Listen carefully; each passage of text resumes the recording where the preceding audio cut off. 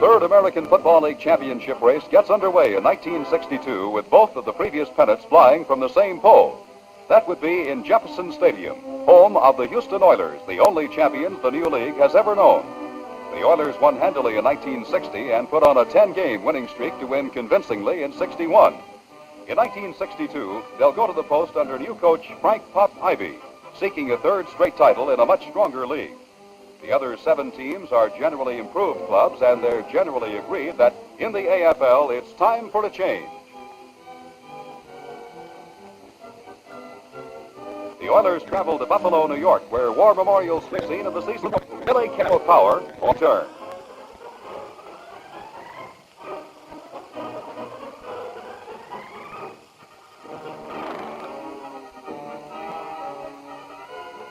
The first touchdown of the 1962 campaign comes 9.5 minutes deep in the opening quarter, after George Blanda surveys the Bills' defense and changes his play at the line of scrimmage. Charlie Toller sweeps wide to the right, behind guard Hogan Horton, and drags Buffalo's Joe Canavino into the end zone for a 7-0 Oiler lead.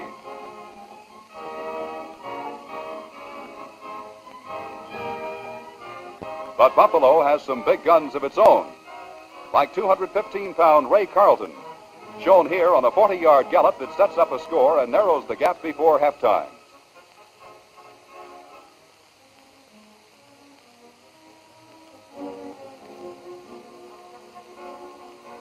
Toller's day adds up to 109 yards rushing and includes this stage setter for Houston's final touchdown.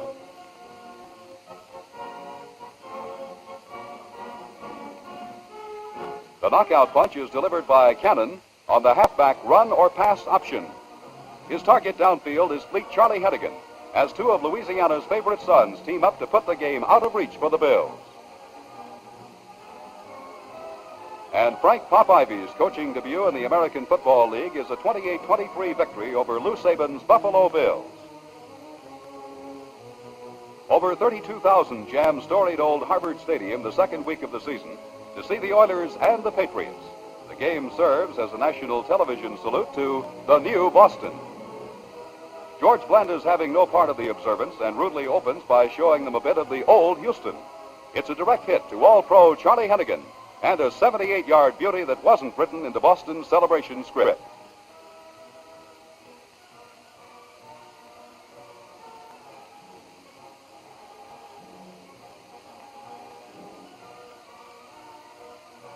Early in the second period, Boston comes from behind for the second time. Former consensus All-American Ron Burton makes it a 14-14 ball game with this scintillating 59-yard dash through the Houston defenses.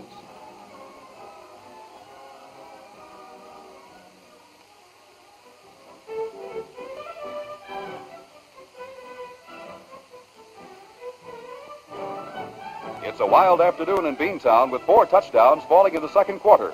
Blanda's perfect strike down the middle to big Bob McLeod brings Houston back to a 21-21 tie before halftime.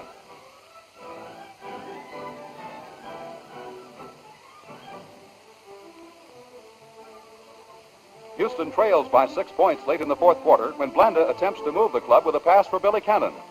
Boston's Tom Addison tips the ball in the air, and Dick Belt comes up with the interception that seals the coffin on the Oilers.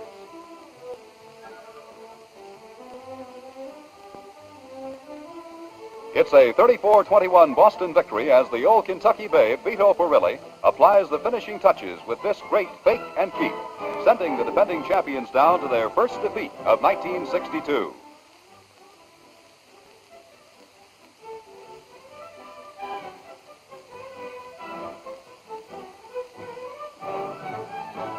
At San Diego the following week, the Oilers display one of their finest offensive efforts of the year. Rookie John Hadel's first pass of the day is picked off by All-Pro defensive back Tony Banfield.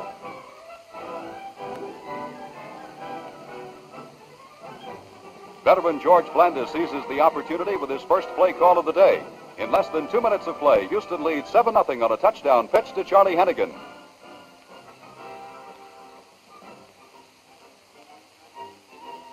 The second quarter begins with Houston in possession at its own 31 and leading 14-7. 4 running plays cover the necessary 69 yards as Charlie Toller gets things started with this 25-yarder.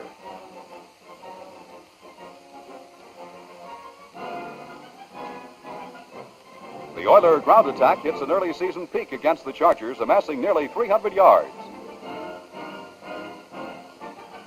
Here, Cannon chips in with 19 yards to set the touchdown scene.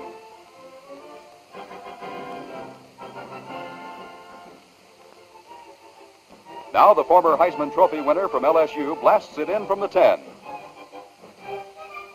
Behind the blocking of Hogan Wharton and Rich Michael, Cannon makes it Houston 21, San Diego 7. Cannon, shown here in the lower right corner of your screen, suffers a serious back injury on this play in the third quarter in one of the most damaging developments of 1963. But chunky Charlie Toller carries on without his Louisiana sidekick to ensure an impressive 42-17 Oiler victory over the Chargers at San Diego.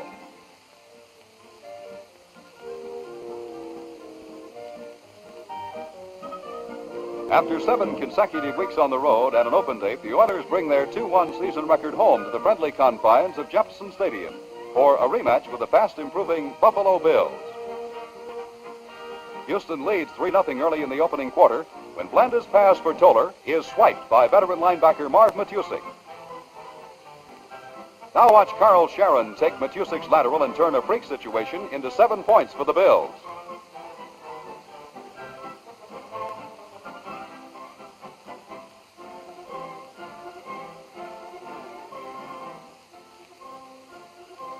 After sitting out the second and third periods, Blanda returns in the final stanza facing a 14-3 deficit. Here's his opener. A bullseye to former Texas Southern sprinter Charlie Frazier and a 73-yard touchdown that means a new lease on life for the Oilers.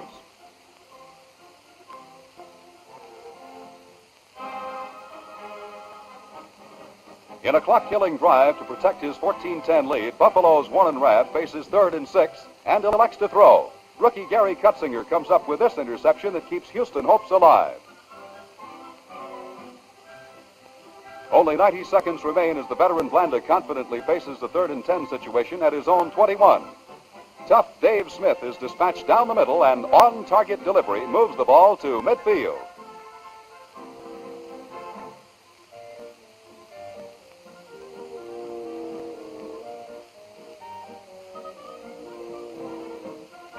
In a masterful demonstration of the professional quarterback practicing his art under pressure, Blanda runs away from trouble, seeks out Groman downfield.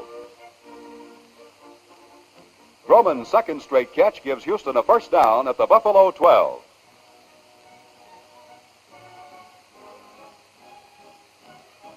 Three plays later, Blanda's masterpiece is brought to a successful conclusion.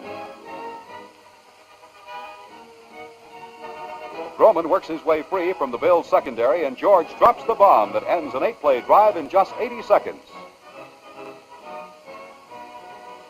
Houston wins the first of a series of cliffhangers as Buffalo falls 30 seconds shy of an upset win over the defending champion. The New York Titans are Houston visitors the following Sunday and catch the Oilers in a record-setting mood. Bobby Jancic sets the pace with this 53-yard kickoff return behind 2 Charlie Toller blocks, setting up Houston's first score.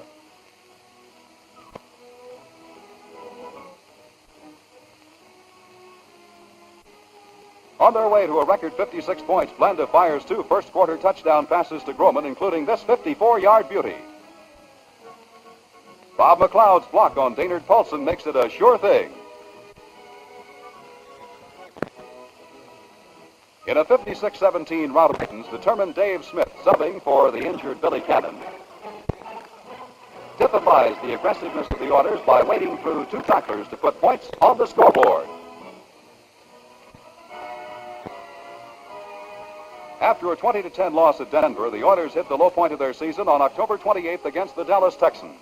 Billy Cannon's fine opening kickoff return is a misleading indicator of things to come as the Oilers suffer their second straight loss.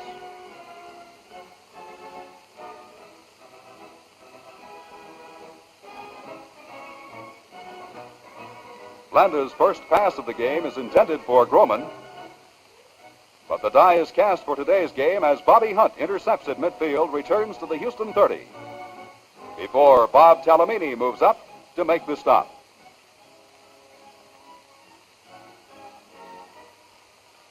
Immediately, the Oilers are introduced to the bullish charge of 240-pound fullback Curtis McClinton, who is destined to become AFL Rookie of the Year.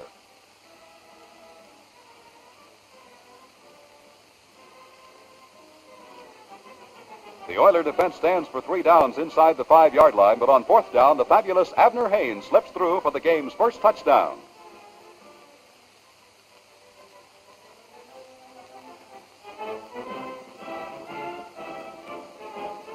Four minutes later, the floodgates are thrown wide open against the Oilers as Player of the Year Lenny Dawson whips one down the middle to All-Pro end Chris Burford, and the big Texan receiver starts Houston on its way to a painful 31-7 defeat.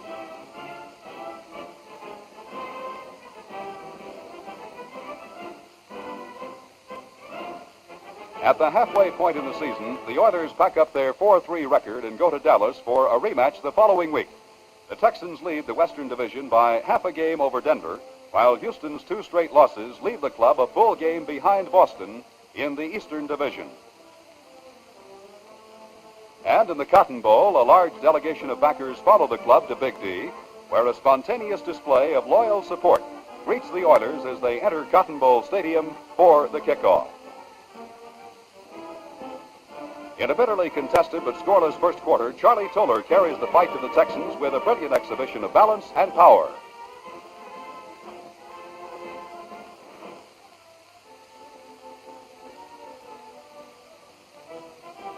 Six minutes before the half, Blanda launches a drive from deep in Houston territory with a 26-yard shot to reliable Charlie Hennigan.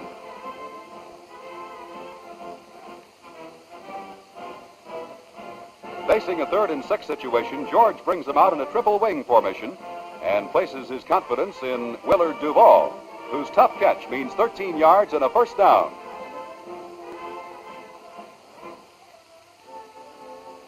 The first touchdown in a tense struggle comes from the 6 and has the familiar ring. It's Blanda to Cannon for the score less than 2 minutes before the half. The Oilers score in just 4 plays after intermission as the stumpy Toller rolls for 12 yards behind Al Jamison's block to get the march underway.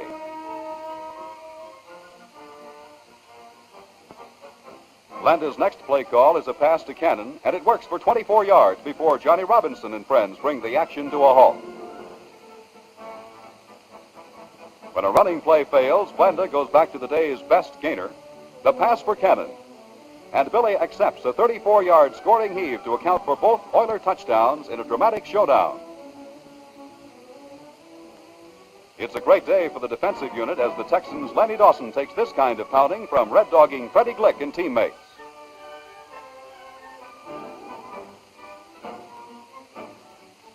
In a vital 14-6 victory in the Cotton Bowl, Toller adds insult to injury by scoring this knockout over the giant Texan linebacker in the 4th quarter.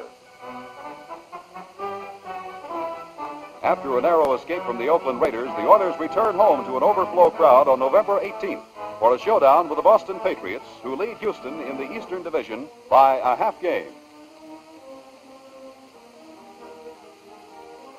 Houston fans get an early jolt as Boston's first possession is a 75-yard touchdown drive, ending in Babe Parilli's 28-yard scoring pitch to dangerous Jim Coldclaw.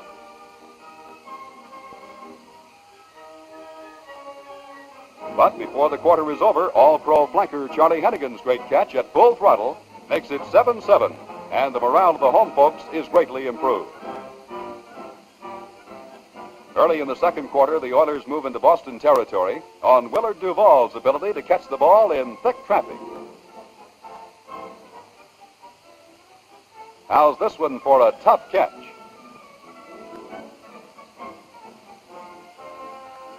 Now, watch Blanda look the defenders away from his primary target, and then drop the payload on Big Bob McLeod for the 14-7 lead. Lightning strikes Boston hopes minutes later as veteran quarterback Babe Parilli is injured by the aroused and on-charging Oiler defense.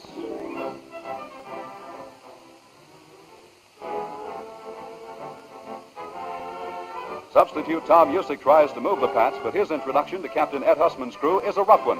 Freddie Glick takes the passer, and Doug Klein devours the receiver for an 11-yard loss. The Oilers lead by only 14-10 in the third quarter when Cannon gets off this 13-yarder to set the scoring wheels in motion.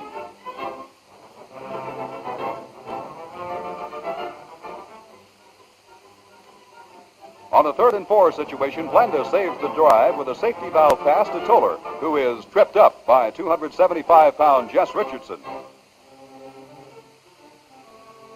On the 15th play of the pressurized drive, Blanda scatters into a triple wing and hits Cannon, who is barely short for the touchdown.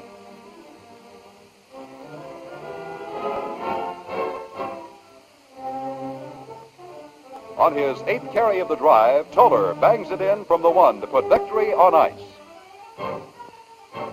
As well-wishers pour onto the field at Jefferson Stadium, the Oilers are back in first place in the Eastern Division for the first time in 2 months.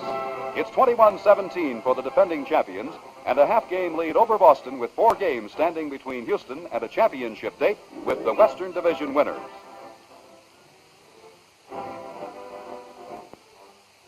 San Diego's visit to Houston the following week provides another cliffhanger. Rookie John Hadel fires 2 touchdown passes in the game's first 4 minutes. This one to Dave Kasurik as the Chargers capitalize on 2 early breaks.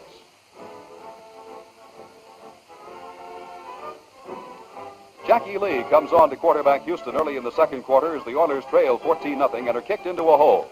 Jackie's first play call of the day is the long bomb to Willard Duvall, and the result is a new AFL record play covering 98 yards as the Duke turns on the speed to outrun the Chargers' Bob Bethune.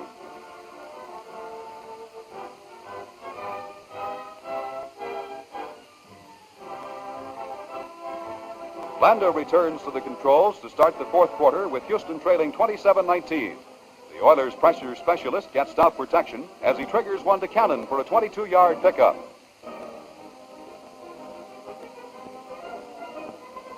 Another Cannon catch moves it to the Charger 41 before Duvall contributes this leaping catch to move 25 yards closer. Now Blanda sizes up the defense, changes the play at the line of scrimmage. His second choice is the answer to the situation as Duvall makes the catch and bulls his way into the end zone.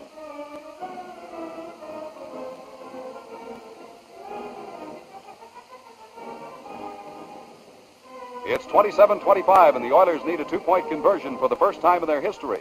Blanda's choice is Mr. Clutch Play himself, and Cannon makes it look so easy. The ever-dangerous Chargers strike back on the aerial arm of Hadel, but 2 pass interceptions, this one by hustling Jim Norton, end the threats and lead to field goals by George Blanda.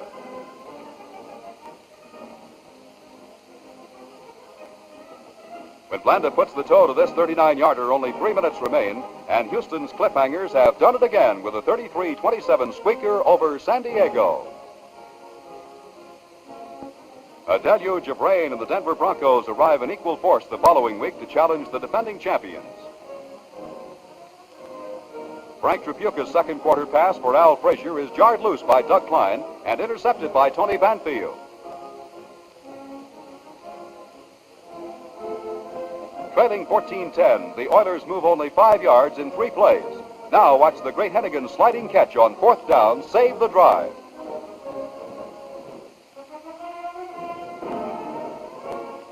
Blanda and Cannon give meaning to Hennigan's catch by collaborating on the go-ahead touchdown that gives Houston a 17-14 halftime lead.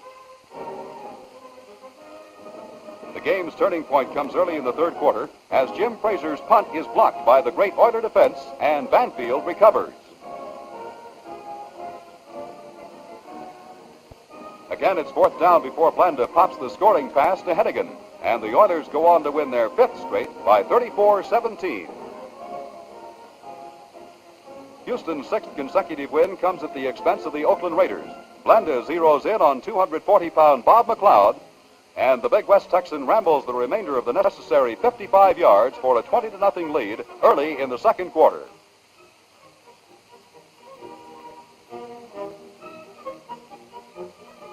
Oakland closes the margin to 20-17 in midway of the third quarter. Ageless Ben Agajanian sets his sights on the tying field goal, but quick Ed Hoosman crashes through to veto the maneuver, and Tony Banfield scoops up the loose ball.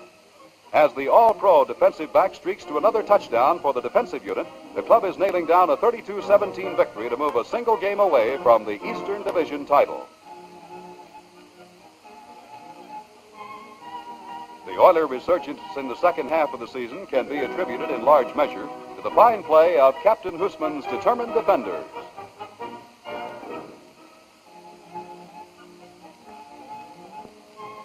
The Oilers wear sneakers to grip the frozen turf at the Polo Grounds in the season finale. New York trails by 7 when Lee Grosskopf's pass is swiped by Freddie Glick, whose second theft of the day results in a 31-yard return by the veteran safety man.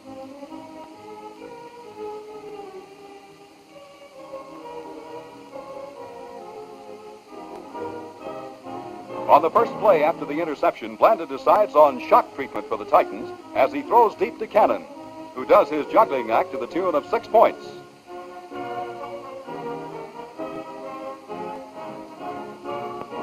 And Billy now appears fully recovered from his painful early season back injury at San Diego. His third quarter touchdown run is one of the finest in Oiler history. Behind John Frangillo's block, he turns upfield with Charlie Toller and Bob Talamini as a protective shield. As blockers are stripped away, Billy battles the final 30 yards unescorted in a great demonstration by the former LSU consensus All-American.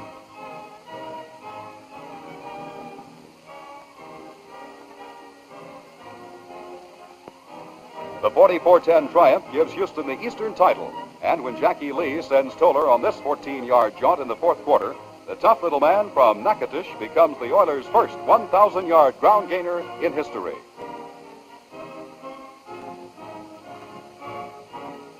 But pro football history of greater significance is written 8 days later in Jefferson Stadium. The Dallas Texans, champions of the Western Division, bring an 11-3 record to Houston to challenge the right of the Oilers to a third straight title.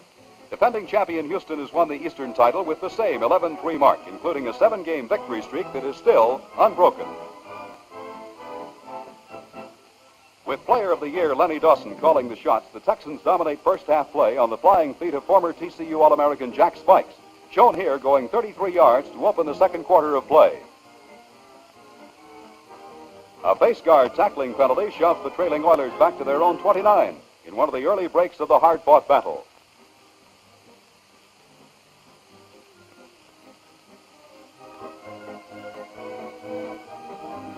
Nourishing a 3-0 lead, Dawson takes his time on second down after a run fails. Now the former Purdue great flips to Abner Haynes, and little Abner casually strolls in for his 20th touchdown of the year.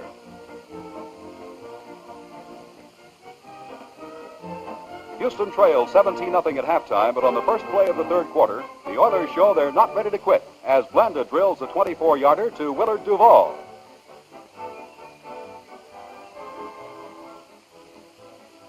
From the triple wing, Toller goes inside for 12 important yards, leaving a string of Texans in his wake.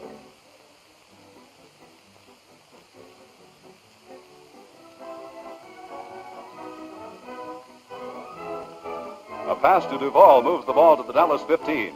On second down, Blanda goes back to Big Will, who traps the ball in the old breadbasket just to be sure.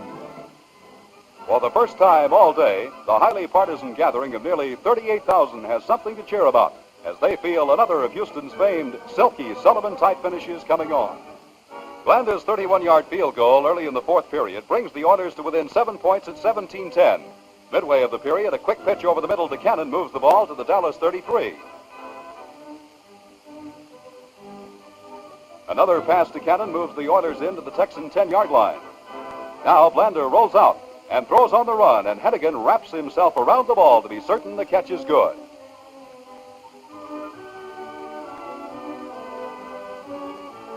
Just minutes remain as Blanda brings him out of the huddle to face a do-or-die situation. Under these circumstances, the nod goes to tank-like Charlie Toller, who batters down the walls of Dallas for the touchdown that ties the score and sends the game into overtime. The largest crowd ever to see an American Football League game now becomes the wildest gathering the new league has ever seen. They're rewarded with a history-making sudden death playoff as the game ends in a 17-17 tie. The Oilers reach midfield late in the fifth period as they continue to dominate play.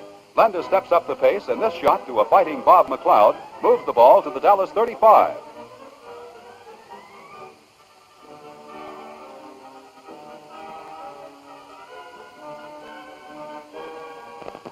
Two plays later, Blanda attempts to move in closer for a sure shot at the field goal. His throw for Charlie Hennigan goes astray, and 245-pound Bill Hull comes up with the biggest play of his rookie season on this 23-yard interception return. Now the teams change ends for the first sixth period in football history. Jack Spikes, named the outstanding player in the game, drills off left tackle for 19 big yards, as the Texans probe inside Houston's 20. Houston's stubborn defensive unit yields only 1 yard in 3 plays, so Dallas calls on kicking specialist Tommy Brooker. The Alabama rookie puts his toe to the ball from the 25. It's good, and the Texans are the new champions of the American Football League. As pandemonium breaks out among Dallas players and followers, the scoreboard will attest to their right to celebrate. It's 20-17 in favor of Coach Hank Stram's talent-laden Texans on pro football's longest day. It takes a record-setting performance to dethrone the first kings of the AFL in 1962, and as the Fighting Oilers return to their dressing room, they vow it will take even more to keep them from returning to the throne in 1963.